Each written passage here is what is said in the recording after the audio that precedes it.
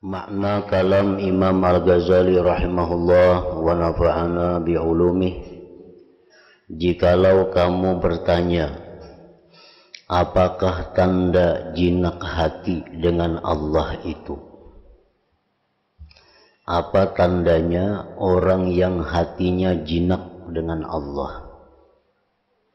Apa tandanya orang yang senang hatinya dengan Allah? Maka ketahuilah bahwa tandanya yang khusus adalah sempitnya dada daripada bergaul dengan makhluk.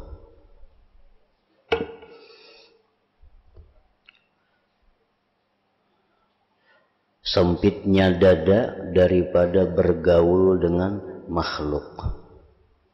Artinya bergaul dengan makhluk itu inya merasa kada nyaman. Berkumpul-kumpul orang itu hatinya merasa kada nyaman.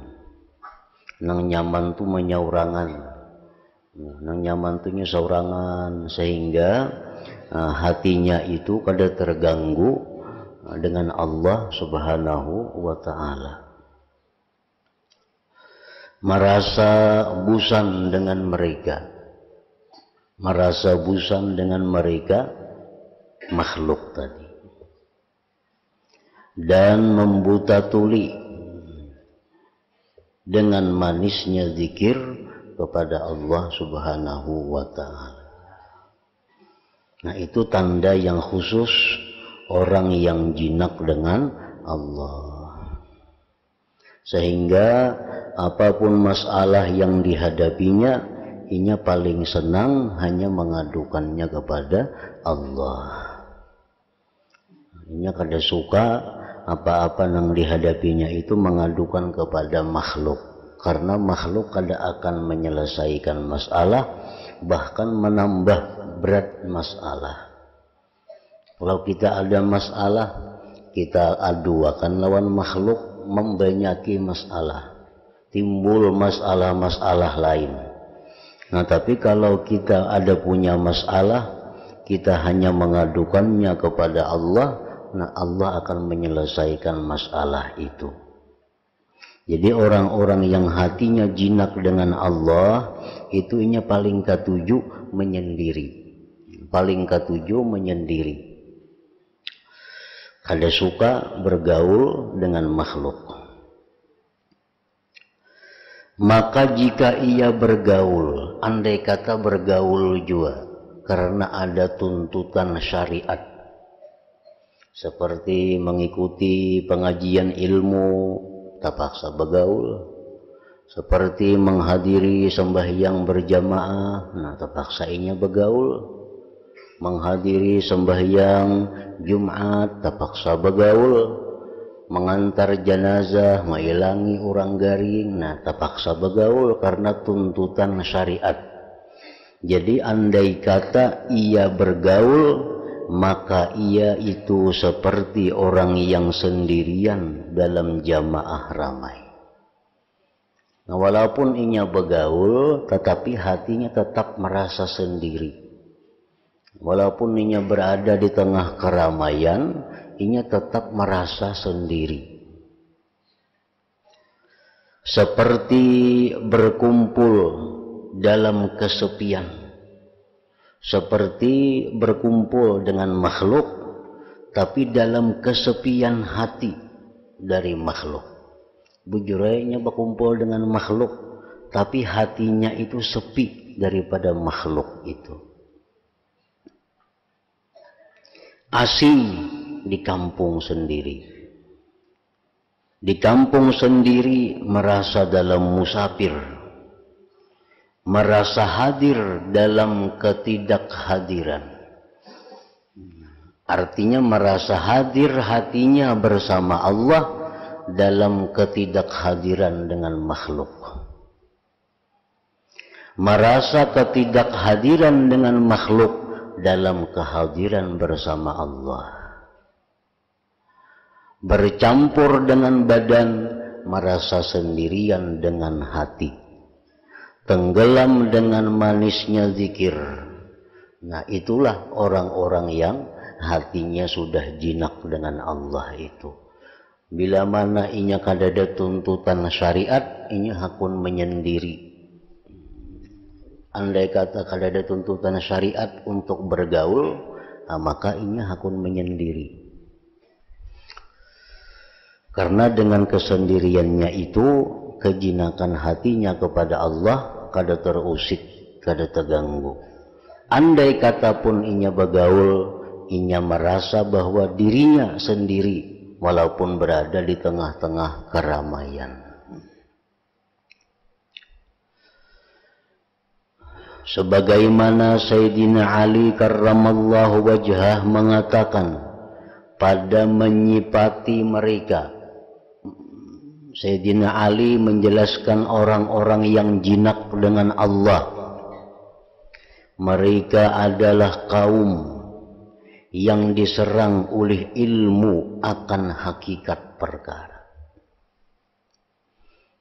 Artinya, orang yang jinak hatinya itu adalah orang yang sudah mengetahui akan hakikat perkara. Kan hakikat perkara itu salah satu di antara tiga. Satu, hakikat perkara itu la fa'ila illallah, tidak ada yang bisa berbuat selain Allah. La hayya illallah, tidak ada yang hidup kecuali Allah. La mawjuda illallah, tidak ada yang ada sebenarnya hanya Allah. Nah, itu hakikat perkara. Orang-orang yang jinak hatinya itu, mereka sudah merasakan hakikat perkara itu. Jadi walaupun inya bergaul di tengah orang banyak, inya tetap merasa sendiri dengan Allah. Lalu mereka menguasainya dengan jiwa keyakinan. Mereka merasakan lembut, mudah, artinya apa yang dirasakan sukar oleh orang yang berbuat kerusakan. Bagi orang tahannya itu menyaurangan, bagi orang itu ngalih, tapi baginya adalah mudah. Mereka merasa jinak dengan apa yang dirasakan liar oleh orang-orang yang bodoh. Orang-orang yang bodoh menganggap itu adalah sesuatu yang liar, tapi inya merasa nyaman. Mereka menyertai dunia dengan tubuh dan roh-roh mereka yang tergantung pada tempat yang tinggi. Jadi mereka itu menyertai dunia ini hanya dengan tubuh mereka. Tandanya orang yang menyertai dunia dengan tubuh, tapi hatinya tergantung di tempat yang tinggi, tandanya bahwa dia tidak senang dengan kedatangan dunia dan tidak sedih dengan kepergian dunia. Dia tidak merasa beruntung karena datangnya dunia, dia tidak merasa rugi dengan kehilangan dunia. Itu tandanya orang yang hanya tubuh dalam dunia, tapi hatinya sudah bergantung kepada Allah. Mereka itulah khalifah Allah di buminya dan yang berdakwah kepada agamanya. Maka inilah makna kejinakan hati kepada Allah, dan inilah dalil-dalilnya. Jadi orang yang jinak hati kepada Allah itu hanya Allah yang jadi pandangannya, hanya Allah yang jadi perhatiannya. Pokoknya selama inya kada melanggar hukum Allah, selama inya masih di dalam jalan taat kepada Allah, inya kada peduli orang lain. Jadi orang kada baik ke itu, tapi hukum Allah madahkan baik. Nah, itu yang dilaksanakannya. Nah, itu salah satu tanda orang yang sudah hatinya jinak dengan Allah. Jadi jinak atau senang hati dengan Allah itu salah satu di antara buahnya kecintaan kepada Allah. Sebesar apa cinta kita kepada Allah, maka kejinakan hati dengan Allah itu mengiringinya. Makin kita cinta kepada Allah, tentu makin jinak hati dengan Allah. Kalau kita di tempat yang sunyi merasa kesepian, lalu kita bergaul ke orang banyak lalu merasa senang, nah berarti orang ini jinak hati dengan makhluk ngarannya. Di rumah asa sumpah sorangan, turun ke tanah bergaul lalu asa nyaman. Nah ini orang yang jinak hati dengan makhluk ngarannya. Kalau orang yang jinak hati dengan Allah itu justru saurangan itu makin nyaman. Kedatangan orang itu sesuatu yang sangat menyempitkan dadanya, yang menyempitkan hatinya. Jadi orang yang jinak hati lawan Allah tuh kadada istilahnya kesepian, kesunyian, kadada. Karena Allah selalu ada. Allah kada mau kadada. Nang mau kesepian tuh orang nang hatinya jinak dengan makhluk. Makhluknya kadada lalu asa sepi, rasa sumpah. Nah itu orang nang hatinya jinak kepada makhluk. Sebagian ulama al-mutakallimin berpendapat pada mengingkari jinak hati, rindu dan cinta. Sebagian ulama ada yang berpendapat kadada jinak hati lawan Allah itu, kadada istilah rindu lawan Allah, kadada cinta lawan Allah tuh kadada. Karena disangkanya bahwa yang demikian itu menunjukkan kepada penyerupaan kepada makhluk. Ujarnya mun kita kawa cinta lawan Allah berarti Allah tuh kayak makhluk kan. Mun kita rindu lawan Allah berarti kayak makhluk Tuhan. Lalu inya menganggap kadada cinta lawan Allah itu, kadada rindu lawan Tuhan, kadada jinak lawan Tuhan. Dan karena jahilnya bahwa keindahan yang bisa diperdapati dengan mata hati itu lebih sempurna daripada keindahan yang diperdapati mata kepala. Dan kenikmatan ma'rifahnya lebih kuat daripada orang-orang yang mempunyai hati. Di antara mereka yang mengingkari adanya cinta, jinak, rindu kepada Allah adalah Ahmad bin Ghalib, ngaran ulamanya, yang dikenal dengan Palayan Al-Khalil. Ia mengingkari Al-Junaid Al-Baghdadi, Abil Hasan An-Nuri, dan segulungan orang banyak tentang hadis cinta, rindu, dan asyik. Sehingga sebagian mereka mengingkari akan makam ridha. Ujarnya kadada istilah ridha itu. Kita ridha lawan Tuhan tuh kadada. Di mana ia mengatakan tidak ada kecuali hanya sabar. Kalau kita kena bala, kena musibah itu kada mau ujarnya ridha itu sabar aja. Nah. Dan adapun ridha maka tidaklah dapat dirupakan. Nah semua ini adalah perkataan yang kurang lagi singkat, yang tidak mengetahui dari makam-makam agama, kecuali atas kulitnya saja. Lalu disangka bahwasanya tidak ada kecuali untuk kulit. Maka sesungguhnya segala yang dirasakan dengan panca indera dan setiap apa yang masuk dalam khayalan dari jalan agama itu adalah kulit semata. Dan di belakangnya adalah isi yang dicari. Maka barang siapa yang tidak sampai mengupas kelapa kecuali kulitnya saja, maka ia menyangka bahwa kelapa itu serabut seluruhnya. Orang yang menguyak nyiur, dikiranya nyiur itu hingga tampurung itu aja. Dan mustahil padanya untuk keluar minyak dari kulitnya itu. Dan orang itu beralasan, akan tetapi alasannya tidak diterima. Dan sungguh dikatakan oleh penyair, al-unsu billah la yahwihi battalu wa laysa yudrikuhu bil hawli muhtalu wal anisuna rijalun kulluhum najibu wa kulluhum safwatun lillahi ummalu. Artinya jinak hati kepada Allah itu tidak dijaga oleh seorang pahlawan, dan orang yang berupaya tidak mendapatkannya karena upayanya. Orang-orang yang jinak hati kepada Allah semuanya adalah orang-orang yang pintar, semuanya adalah orang-orang pilihan. Mereka beramal karena Allah Ta'ala.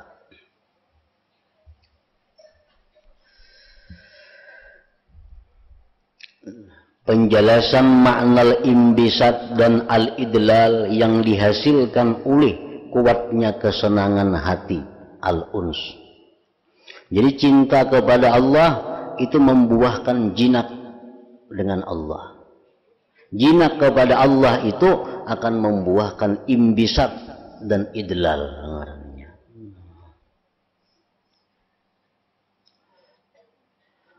Ketahuilah bahwasanya kesenangan hati dengan Allah tadi, apabila terus-menerus menjadi kuat dan teguh, tidak bisa dikacaukan oleh gelisahnya kerinduan, dan tidak dikeruhkan oleh takutnya berubah dan terhijab, maka yang demikian itu akan membuahkan semacam imbisat pada perkataan, perbuatan, dan munajat kepada Allah Ta'ala.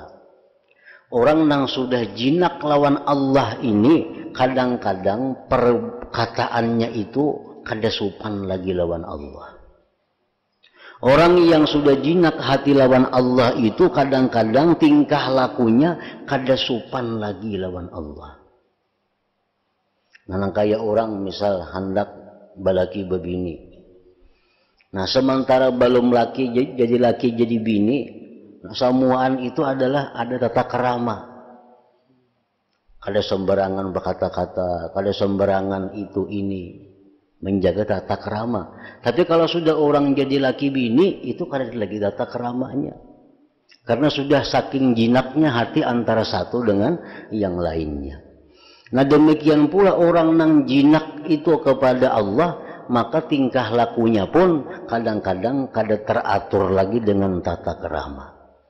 Karena saking akrabnya lawan Allah, saking manjanya lawan Allah, sehingga kada bertata kerama lagi lawan Allah. Dan itu dimaklumi, dan itu disukai oleh Allah. Apabila kita sudah sampai kepada tingkatan al-unsu billah ini, jinak dengan Allah, sudah saking manja lawan Allah Ta'ala. Dan terkadang ia diingkari bentuknya, karena padanya daripada keberanian dan kurangnya haibah. Nah, orang-orang yang belum sampai ke makam al-unsu billah kadang-kadang mengingkari tingkah laku mereka. Kadang-kadang mereka menganggap bahwa orang-orang itu sudah kada beadab lagi lawan Allah. Padahal karena mereka belum sampai kepada kedudukan itu.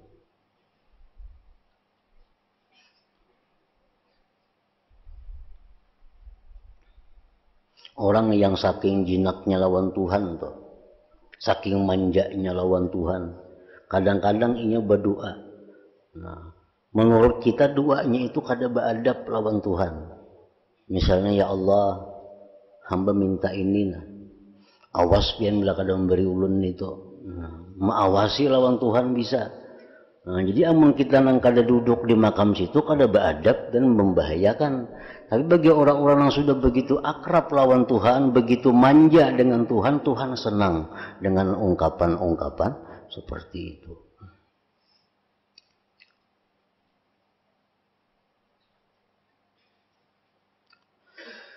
Tetapi itu mungkin daripada orang yang ditempatkan pada maqamul uns, pada makam yang jinak dengan Allah.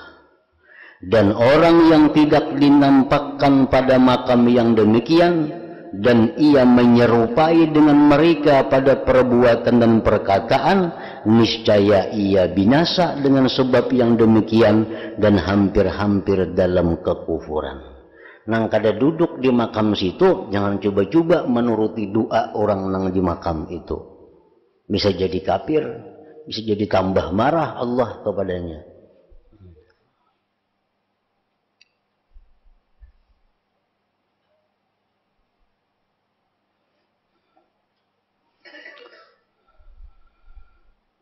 Dan contohnya adalah munajatnya Burkhin al-Aswad.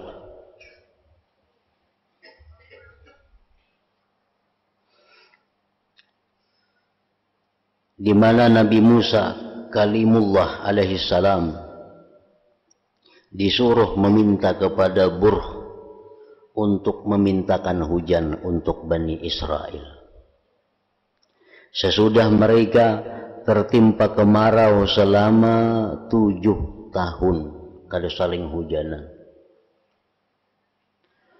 Nabi Musa alaihissalam keluar untuk mengerjakan salat istisqa, minta hujan untuk mereka dengan berjumlah 70.000 orang. Nabi Musa ke lapangan membawa umat 70.000 orang untuk sembahyang minta hujan. Maka Allah Azza wa Jalla mewahyukan kepada Nabi Musa alaihissalam, bagaimana aku mengabulkan doa mereka, di mana mereka telah digelapkan oleh dosa-dosa mereka. Kayak apa gitu Tuhan, aku nak ngabulakan, nak memberi hujan, mun hati-hatinya itu gelap, hati mereka itu jahat. Mereka berdoa kepadaku dengan tidak yakin, dan mereka merasa aman dari tipu dayaku. Kada akan aku kabulkan doanya, jar Tuhan. Kada akan kuturunkan hujan kalau mereka itu berdoa kepadaku. Nah, makanya dalam fikih kalau hendak sembahyang istisqa itu diumumkan terlebih dahulu, disuruh puasa beberapa hari. Nah, disuruh tubat, masyarakat nih tubat semuaan, diadakan tubat-tubat di kampung-kampung. Di mana kezaliman itu dihalalkan. Ada kezaliman dikembalikan kepada ahlinya. Nah, sudah itu puasa 3 hari, tubat, kezaliman sudah saling menghalalkan. Nah, hanyar berkumpul di lapangan untuk minta hujan kepada Allah. Nah, supaya yang minta ini bujur-bujur orang yang sudah bersih.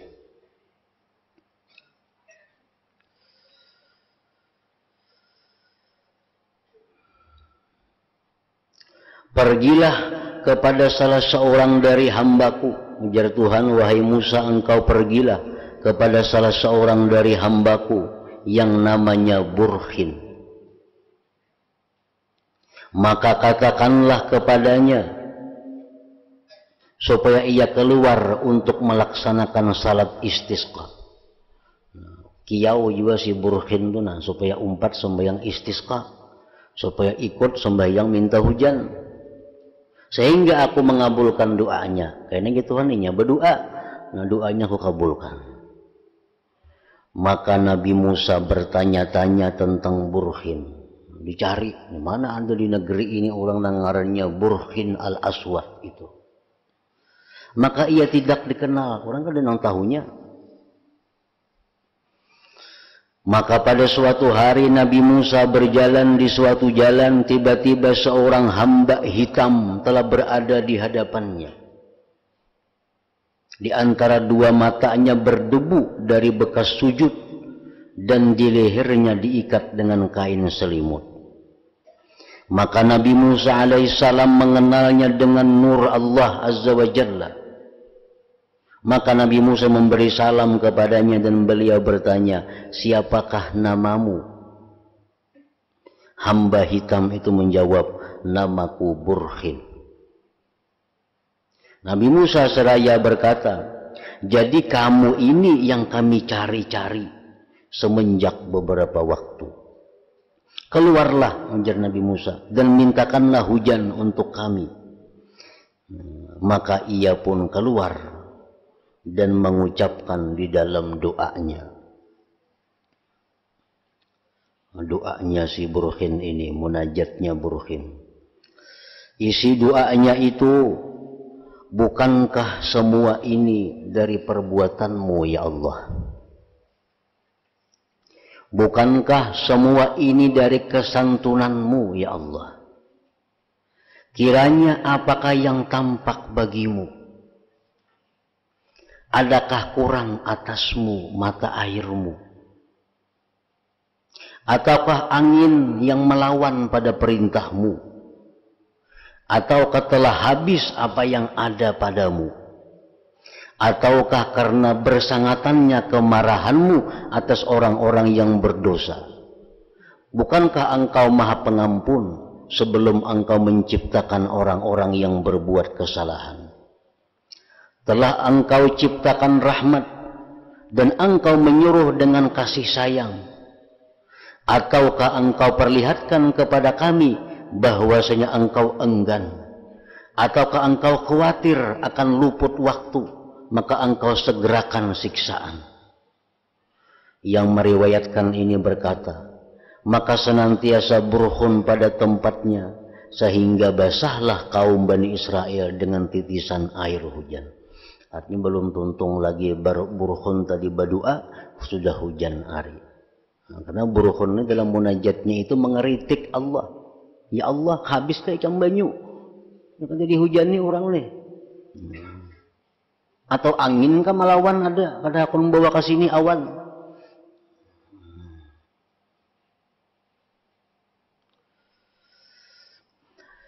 Dan Allah Ta'ala menumbuhkan rumput dalam setengah hari sehingga sampai ke lutut.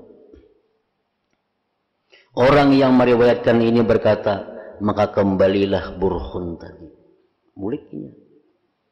Sudah hujan hari. Lalu ia dijemput oleh Nabi Musa alaihissalam. Burkhin bertanya, bagaimana kamu melihat ketika saya mengadu kepada Tuhanku? Ujar Burkhin, kayak apa wahai Musa? Doa aku tadi lawan Tuhan kayak apa?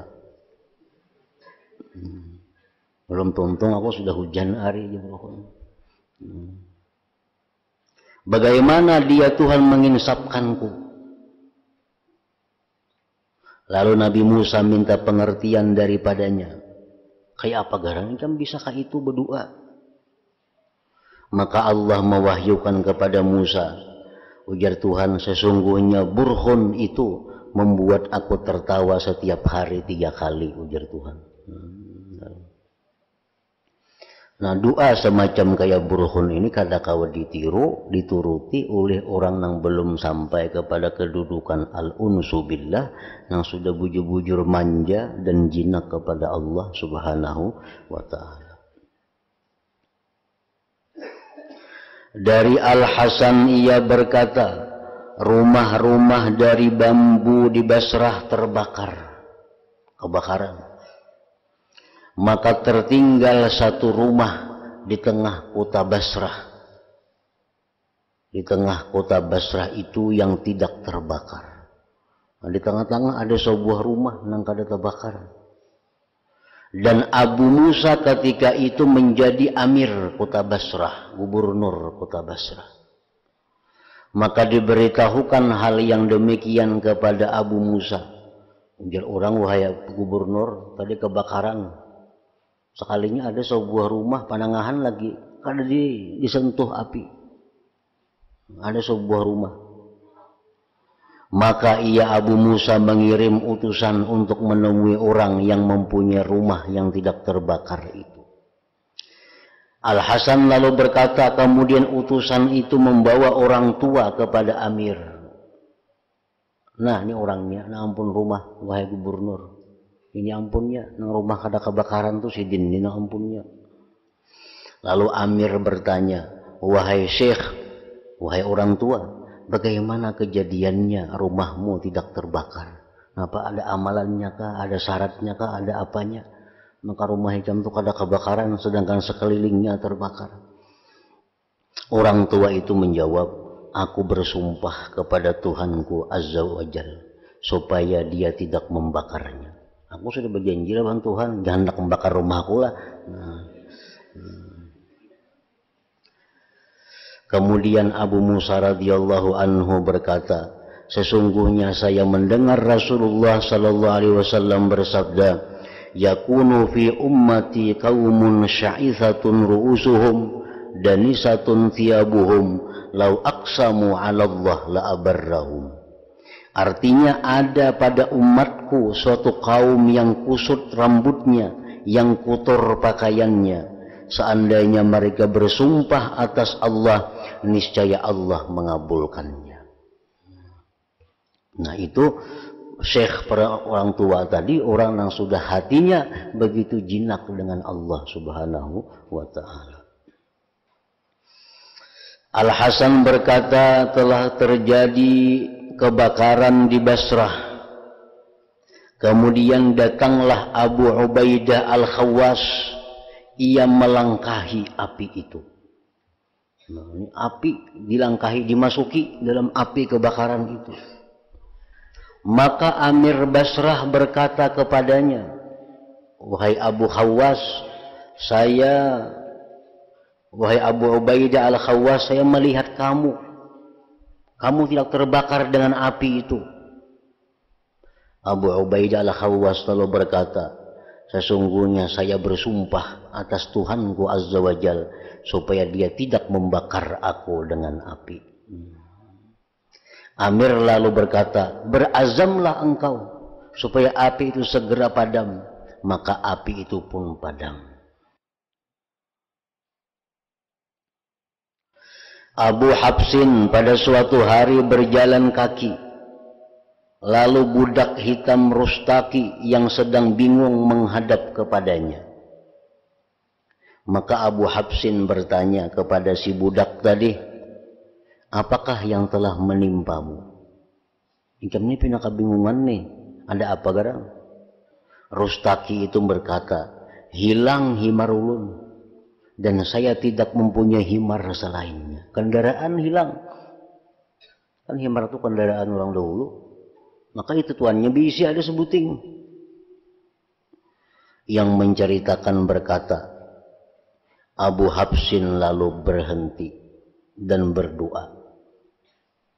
Ujar Abu Habsin berdoa lawan Tuhan, demi kemuliaanmu, saya tidak akan melangkah satu langkah pun sebelum engkau kembalikan himar itu kepadanya. Wahai Tuhan, ulun kada bergerak pada sini nah, bila pian kada memulihkan himar orang ini. Maka muncullah himar itu pada waktu itu juga, dan Abu Habsin meneruskan perjalanannya. Nah itu contoh doa orang yang begitu manjanya, begitu jinaknya dengan Allah subhanahu wa ta'ala. Jadi kada ada lagi doa itu nang bismillah, kada ada lagi nang alhamdulillah, bersalawat, kada ada lagi, langsung aja lagi. Karena orang sudah begitu dekat dengan Allah. Mungkin kita ini perlu berbismillah, dulu berdoa, alhamdulillah, bersalawat, macam-macam doa, hanya berdoa. Mungkin banyak kada kabulnya juga. Nah, orang ini alhamdulillah kada, bersalawat kada, berdoa kayak itu aja.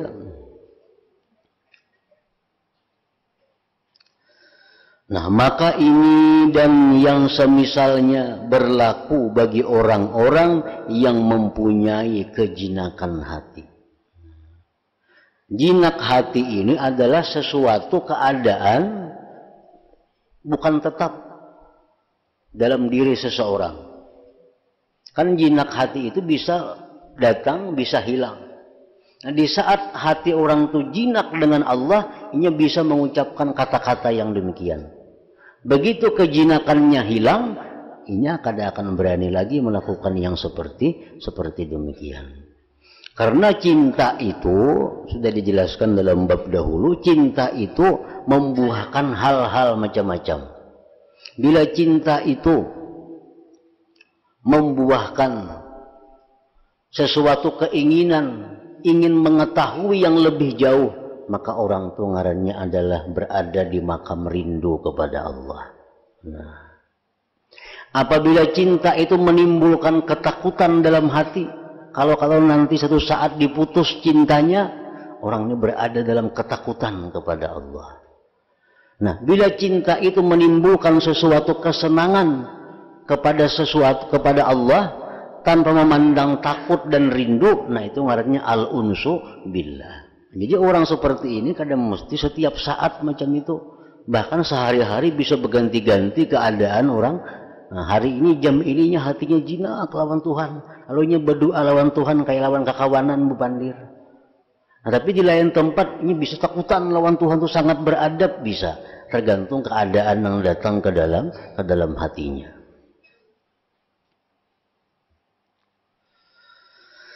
Maka ini yang semisalnya berlaku bagi orang-orang yang mempunyai kejinakan hati, dan tidaklah bagi orang lain ia bisa menyerupai dengan mereka. Nah, orang yang kada berada di makam itu kada bisa menyerupai seperti itu. Jadi artinya kejinakan lawan Tuhan ini kada bertunggu baharianan orang tuh kada.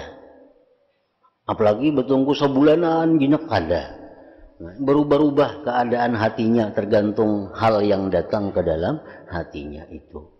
Bila dalam hatinya itu memandang bahwa cintanya ini sewaktu-waktu bisa diputus oleh Allah, timbul hatinya takut lawan Allah. Nah, di saat itunya pasti akan beradab dengan Allah, pasti akan bertata krama dengan Allah. Tapi di saat hatinya itu jinak manja dengan Allah, nah jadilah seperti yang demikian tadi. Jadi kadang menentu keadaan orang ini setiap saat seperti itu, tergantung keadaan-keadaannya.